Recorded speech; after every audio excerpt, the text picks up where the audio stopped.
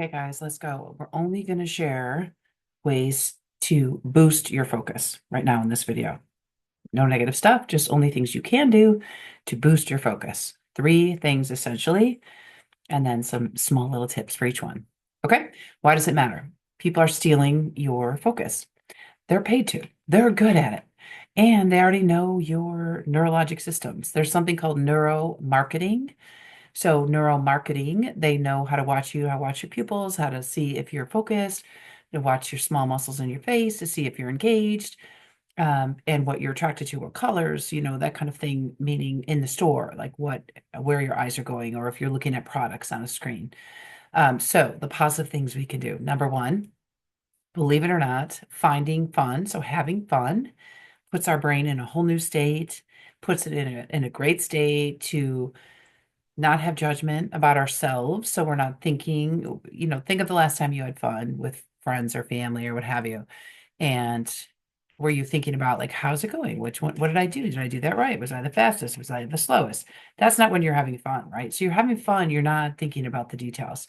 You're just in it. You're like you're having fun. They call it like flow state, that is part of it, but really fun is a different, it's very positive and joy filled.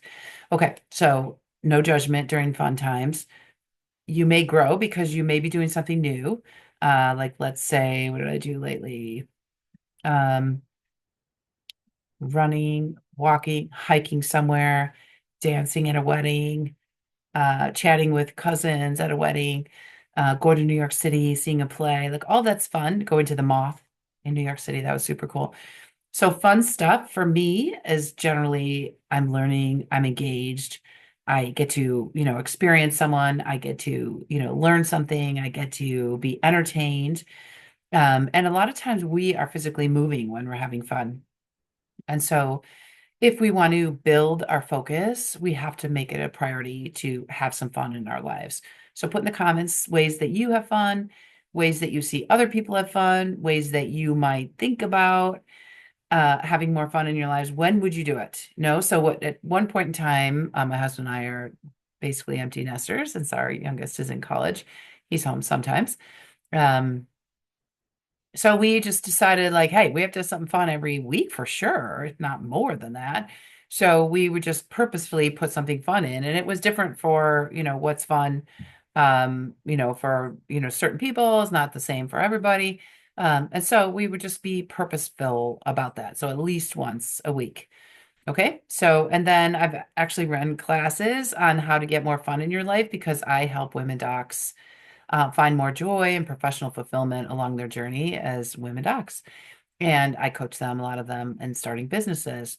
But we have done classes on how to have more fun. So if I review the neuroscience of having more fun in your life, then finally they're like, okay, it's important. And so I had to like show them all the data that this is important. So if you want a fun class, I'm glad to give you one of like why neurologically we need to have fun. And especially a lot of people say joy is an act of resistance. So when there's tough times going on, it's still okay to joke around with friends and family, to have fun. Of course, be safe wherever you may be. But it is an important state neurophysiologically. So the way our brain between our ears, what's happening in there when we're having fun is different than if we're working hard on a project or we're thinking about what we have to do tomorrow. It's a different state, right? So you know what it's like when you're having fun. You're not really thinking about it, right? You're thinking about other things. You're laughing maybe, or you're engaged, you're focused. So that's how we build our focus. One of the first ways is to have more fun in our lives. Okay. Number two, I like to say protect our melon. So that brain between your ears, it's an organ. It's more of a garden than a brick. Okay. So more it can grow, it can wither, it can respond to how you feel, your diet, your level of sleep, your level of engagement with what's going on, your emotional level, of course, how tired you are. I just talked to a surgeon who had done 3 surgeries on her call day, and she was driving home late at night. And she said her team, who was also on call, would all have to come back the next day and work. And so they were tired and they were not feeling creative by the end of the day, of course. They're just exhausted. So they're doing like the basics, like, just survival stuff. Make sure they get good nutrition and sleep when they can. Okay, so protect your melon, so that organ between your ears. In order to build our focus, we have to make sure that we socialize. We're out with people, actually humans in real life. 3D, where you can actually interact with a person and not only on a screen. This is fine, but it's way more fun in person. Okay, so socialization matters. How often do you see other humans? Because our brains see a lot of cues. We're watching other people when we're talking with them. We're watching their body language, we're listening to their voice, we're watching their facial muscles. So very small cues can give us more tips on their communication, because they say only, a small percentage of communication is actually our words, but it's more our body language, etc. Okay, so number one, you find fun. That's how you build focus. Number two is you protect your melon. So you are socializing, you're out and about, you're with other humans, because that will help you to interact and actually get recharged, especially if it's a relationship that is renewing. So it's a friend, a family member, a colleague that you enjoy, something like that, that builds your emotional recharging, so that you have more positive emotions after those kind of conversations. And we all have something called emotional synchrony. So if we're in a room with very sad, depressed people, we start feeling that way, right? If we're in a meeting with people who are very negative, not seeing a lot of solutions, we will it's contagious, quote unquote. So we will start sharing emotions with the people that we hang out with. So that's called emotional synchrony, where we synchronize our emotions together. So in order to protect our melon, we have to say, like, who are we hanging out with? Do they have a positive outlook? Not that life is perfect. Positive means things like, do they have hope? There's a solution that could be found. It doesn't mean like they're happy-go-lucky, like they're always laughing.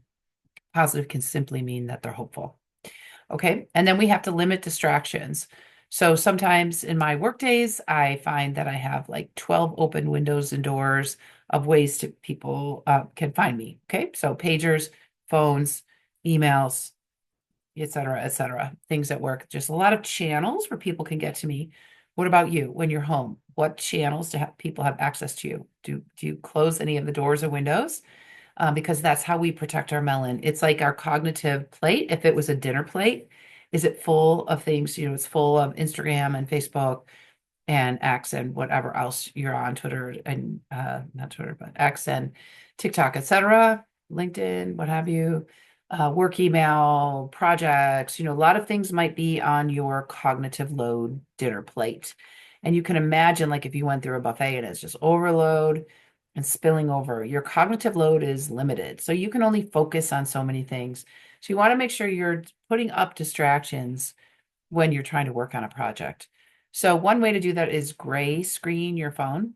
So if you have an Apple phone, then you go to settings, then you go to, nope, it's display and brightness. Then you go to, it's not, it is general. And yeah, I'll tell you. We'll do this again. Anyway, there is something called gray screen here. Display and brightness. Yeah, is that it? No, it's general. Anyway, we'll figure it out. When my phone is on gray screen, it sometimes saves me an hour a day to be off other things, because it's just not that exciting. It's almost hard to see gray screen, so you decrease the color so your dopamine isn't so, focused on it. It's just not that exciting. Like someone's like, I don't like gray screen because I can't see it very well. It's like, exactly, it makes it harder. It's not as attractive to look at it. Okay. So we block distractions. We are aware of emotional synchrony. So the people whose room we're in together, are we in meetings with people who are despondent, who are frustrated only? Like, is that our whole day? Because then we will have to go get renewing conversations with people who actually help us feel more positive, and build that back up, because those other relationships can just drain your energy and drain your focus. Okay. So first, find your fun. Two, protect your melon. Three, fine tune your energy. So I was coaching a woman doc today, and she was talking about that she finds it all kind of overwhelming what we were working on, and she needed a reset. So we were talking about how the fact that the brain, if you're trying to do new things, it will put up a lot of barriers because it's like, hey, I got a lot going on. I'm managing your whole system. I'm managing your heart and your lungs and your gut. I'm doing it all. So if you also want to learn, you also want to design a business, you also want to write a grant, whatever you want to do is your next thing you're thinking about doing, or just relax or plan a good vacation, you need to give your brain more. So you have to fine tune your energy. So if you want to start a business, then you also have to be what I like to call it the warm system. So make sure you're getting enough water, you get enough activity, you're getting enough relaxation, and you're getting enough movement. And make sure also, of course, that you have adequate nutrition for your needs. And that's something you talk to your own doctor about. But the brain is a garden; it needs to be cared for. Imagine a garden that just hasn't been watered in a while, and we had a dry spell out there in my garden, and everything's wilting, looking sad. And so it'll look brown and sad and wilting, and that's sometimes how we can feel after busy days. Okay, so to fine tune our energy, we want to think about how can we put ourselves in environments that are renewing? So one you can do is you can look at pictures of family members that you love, like old pictures of fun events I like to do. That's kind of renewing. It reminds me of those fun times. And this is what you do in between projects. So if you have been working all day, you're writing something, you're working on a paper, you're busy in clinic or what have you, you need to take at least 10-minute breaks throughout the day. 3 times is the recommendation, so that you can put your brain back in parasympathetic mode. That's the wide open perceptive mode, not the let's get the task done mode. So you can do that in nature. You can do it with pretty pictures. You can do it if your dog is around. My dog is not around right now. But any furry animal, a cat or what have you, also counts. Fish, not so much. Okay, so there's ways to preserve or put your brain in environments that are more renewing. So you can rebuild your energy levels, right? We know with our phones, we have to charge them regularly. They will not work if they are out of energy. Brain, same thing. It's always very energy demanding. It's that big. It's just a couple pounds, but it does take 20% of our metabolic needs because it's always doing stuff. It's busy. It's like a busy parent. It's already doing a lot. So when you want to learn something, you want to focus, build your focus, you have to give it more, right? So we talked about finding fun, protect your melon. Number 3, fine tune your energy. So how to fine tune your energy, you go into environments that are renewing. I love nature. I love being with friends and family. Those kind of things can really help. Being with your pet works, cute pictures of nice, events that you loved. Those work. Okay. And then we have to just listen for the thoughts that can come. So there's some negative thoughts that can come. And if once we see them, we just have to dispute them. Like, what is the fact behind this thought? Because this can happen in my coaching. I coach some women docs where we have to stop and point out, like, okay, we hear that thought. What is the fact about that thought? Is that real? Because the brain, again, is trying to save energy. It doesn't want you to go do new things, cool things.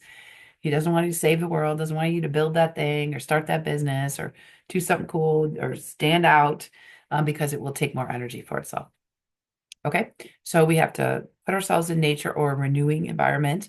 We have to dispute those negative thoughts and we have to tune in our parasympathetic, sympathetic systems. Okay, all right, you got this. So these are 3 quick things that you can do to build your focus. Tell me which one you're going to use.